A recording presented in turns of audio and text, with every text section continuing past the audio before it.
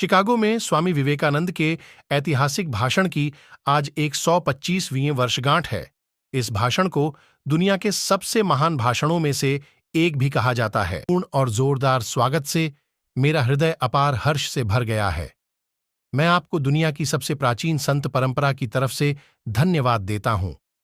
मैं आपको सभी धर्मों की जननी की तरफ से धन्यवाद देता हूं और सभी जाति संप्रदाय के लाखों करोड़ों हिंदुओं की तरफ से आपका आभार व्यक्त करता हूं।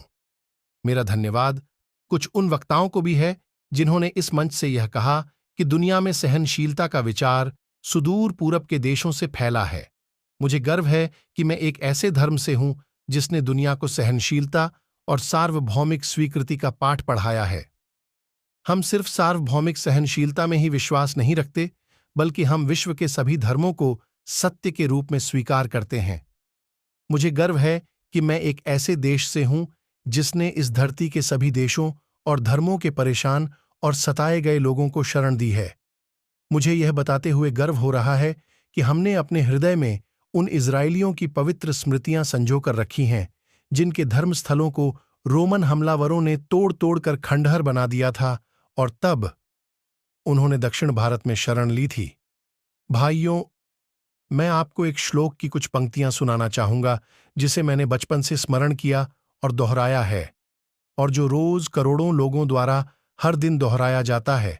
जिस तरह अलग अलग स्रोतों से निकली विभिन्न नदियां अंत में समुद्र में जाकर मिलती हैं, उसी तरह मनुष्य अपनी इच्छा के अनुरूप अलग अलग मार्ग चुनता है।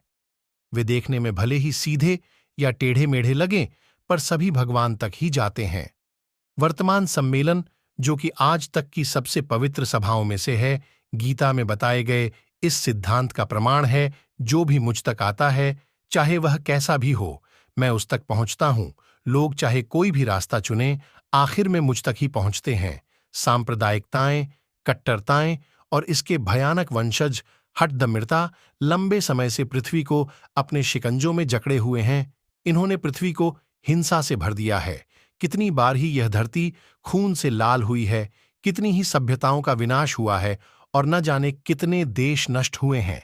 अगर ये भयानक राक्षस नहीं होते तो आज मानव समाज कहीं ज्यादा उन्नत होता, लेकिन अब उनका समय पूरा हो चुका है।